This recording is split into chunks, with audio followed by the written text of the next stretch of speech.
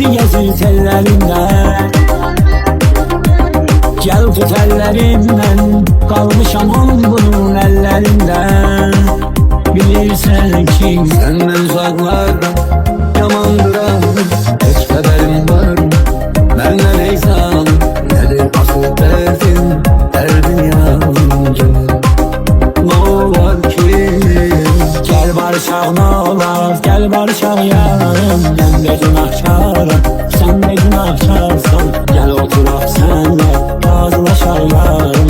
Ben de günahkarım, sen de günahkarsın. Senden uzaklarda yamandıram. Hiç haberim var mı? Benden neyse al, nedir asıl derdin? Derdin yalın gel, ne var ki? Gel barışak ne olur, gel barışak yarım. Ben de günahkarım, sen de günahkarsın. Gel oturak senle razılaşak yarım. Ben de günahkarım, sen de günahkarsın.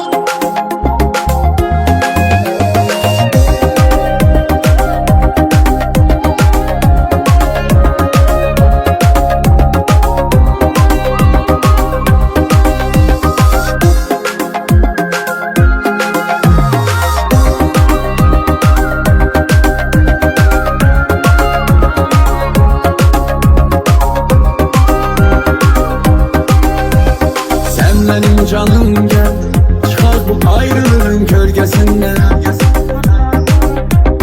Neyliyim kitabını, rahatlığı ruhum bir özgesinden. Karanlık otaqda yolum bum artıq əllərin səsindən. Lezmişəm icranım, içində boğulan ahın aləsindən. Yaman darıxıram, belki bu illərimiz getmiye bade, varlığın her şeydi ben dünyada.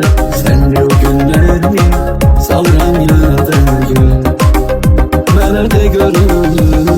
Niye başa düşmürsən, necə də inatkarsan. Mən də günahkaram, sən də günahkarsan.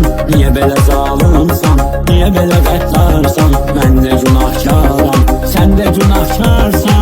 Belki bu illərimiz getmiye bade, varlığın her şeydir mənə dünyada. Sen de o günlerini salıram yada gel, mənə de görürüm. Niye başa düşkünsən, ne için inatkarsan. Ben de günahkarım, sen de günahkarsan. Niye böyle zalimsan, niye böyle beklarsan. Ben de günahkarım, sen de günahkarsan.